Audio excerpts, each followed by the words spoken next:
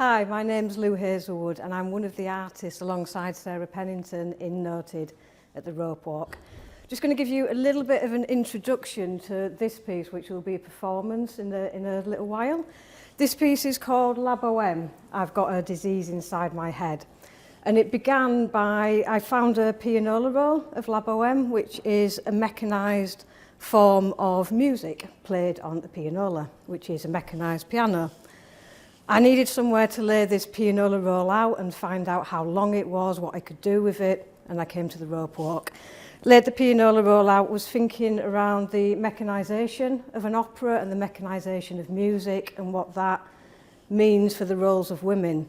So I looked at music box scores and laid them underneath the pianola roll and then started punching them out. So you'll notice on the music box scores there's green, orange and pink, and I did this by taking the scores across the pianola roll. So have a little bit of a listen, which will give you a sense of what's going to happen later. But it's completely abstracted from La Bohème, so it will sound nothing like that. But it got me thinking about the role of the bohemian and the hysteric and what that means for women and what that means for me. So the print works, there's a couple of print works, there's old family found photographs, and the text is the I is bracketed, so it brings it back to the self and those expressions of womanhood and the sort of polarities of them. But we'll come back to this in a little while and I'll introduce you to Sarah Pennington, who's worked sculpturally with pianos. Hi. So for this exhibition I've worked in two ways. I've worked both with broken pianos, which I received in broken form. So I spent a lot of time cleaning and taking apart and refitting the piano pieces to try to understand how music happens, to understand those formulas and the coding of instruments and also of sheet music. As a non-musician, it was a really interesting process to notice the subtle similarities and differences, particularly between two different pianos. Sculpturally, I worked in two ways. So I've worked with the actual mechanisms, but I've also worked with the piano keys, which are the only part that we generally get to see in a piano. I was really interested in how, if we put them together differently, they become unplayable. For me, I really enjoyed working with the tension between these pieces, between the different keys. So we have the two ways of working sculpturally, and then with the pianola rolls, I've been researching the both music and notation, and also the history and development of pianos. Which at one point I believe there was one piano in the country for every 10 people. Most homes had a piano. So the print works show the development of this story, and I used the piano keys from the second piano, which are very straight and flat as the method of hanging these prints, to highlight the difference again between the former piano, where the keys are structured very differently. So you have two instruments, but the differences between their manufacture, become apparent when you see them together. You are now going to hear an interview which took place with Pat Fippard, who was a previous lecturer of both myself and Lou Hazelwood when we were doing our undergraduate studies in Hull many years ago. Thank you.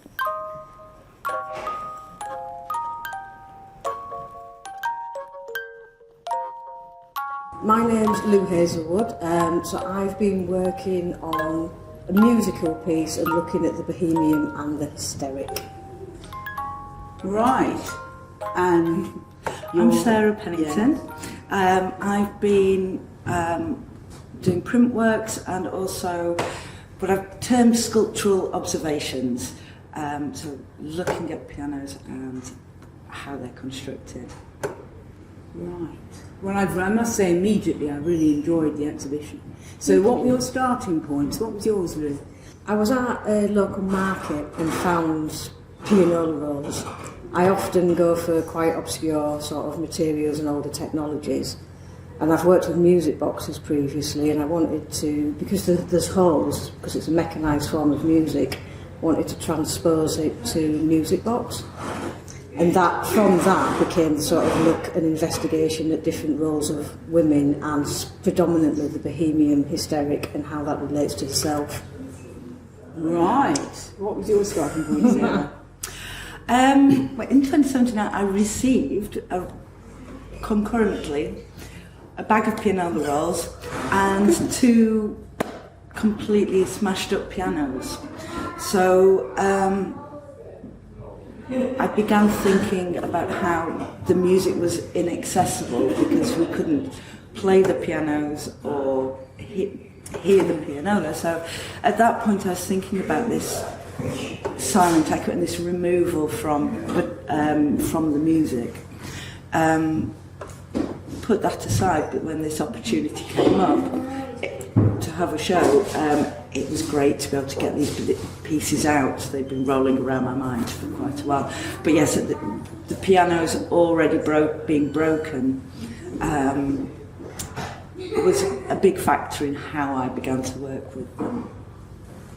That's really interesting. So yours is more about the sound and its context, yeah, sort of cultural context. Yours is about the lack of sound. Yes. And its sculptural properties. What did you like best about, what pleased you most about yours? How it sounds, I think, and how it can be interacted with, and how it's always going to be randomised. So you've got, I kind of really like the fact that it was played by hand, it was mechanised, it was abstracted, it's been abstracted again, and I think that really works. We've had very tentative conversations about how that could move forward to being back played by hand again. So what did you like best about yours? For me, it was a process of getting to know the pianos, how they were made. So it started with cleaning, with taking them apart, with putting them back together, trying to fix the broken. So a process I've called de-re and misconstruction. So putting things back in the correct way, but also in ways which are not quite congruent. And for me, I got a lot of delight out of understanding the machines, and also from finding ways to work which replicated the way that the original makers, constructors would have worked. So how can I get this pin out of it? How can I fix this? So there's a lot of joy in just being very close to the materials and having a conversation with the different elements that go to make up this whole sound. We take one piece away and the machine is inoperable. So there's a lot of joy in spending time with the pieces and having that conversation, that sort of intimate back and forth with the work. I would love to have a whole piano and take that apart. So to start with the sound, the key, and then to dismantle would be a different way of understanding how the machines were made initially.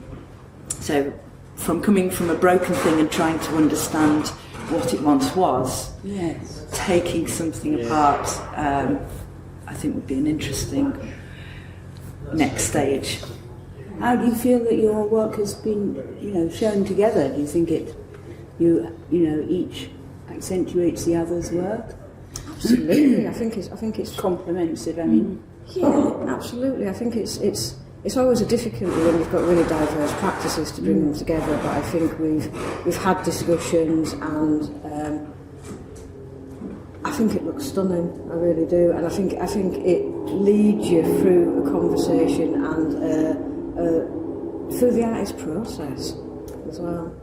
Do you know? Yes, I think she's right. Do you? I do, and Happy, are you? I think that what I really like about the show as it appears is that for being about sound, it's very quiet. It's got a quiet aesthetic. It's got quite a calm aesthetic, and I think that the sound again is quite a small, light sound, and that to me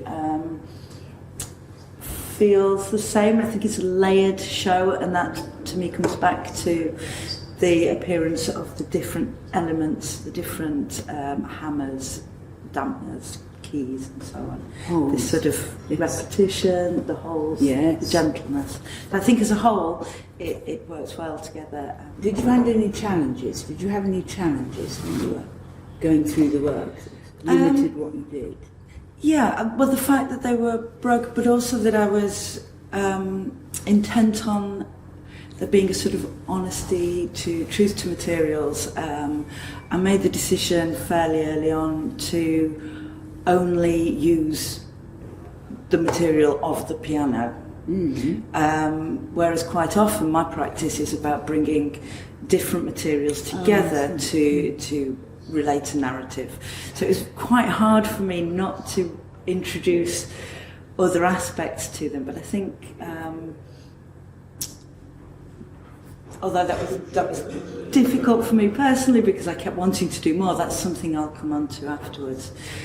There were difficulties with things like the printing of the piano. I wanted red as one of the piano rolls. I had no idea that the red was an impossible colour to print, or a very difficult colour to produce, because I don't often use it. So there were lots of things that were challenges, but actually I think a challenge just makes you look at the work again and what are the crucial bits that I want to say, and to find a way around. Yes. What about you, Lou? Did you find any particular challenges? Only in the unexpected kind of fragility of the music boxes, and taping them together to create longer reels. That's a bit of tension. So I was doing this at home, and then I was like, oh, it's got stuck. I'll just reverse it, and completely broke the music box. And then I was like, oh, buy some more. And I guess in kind of making hardwood resonators, hardwood really is hardwood, as a couple of my drill bits found out. But apart from that, it seemed to flow and come together quite good. But that's kind of why I'd really like sort of some funding to make more robust things that people can interact with.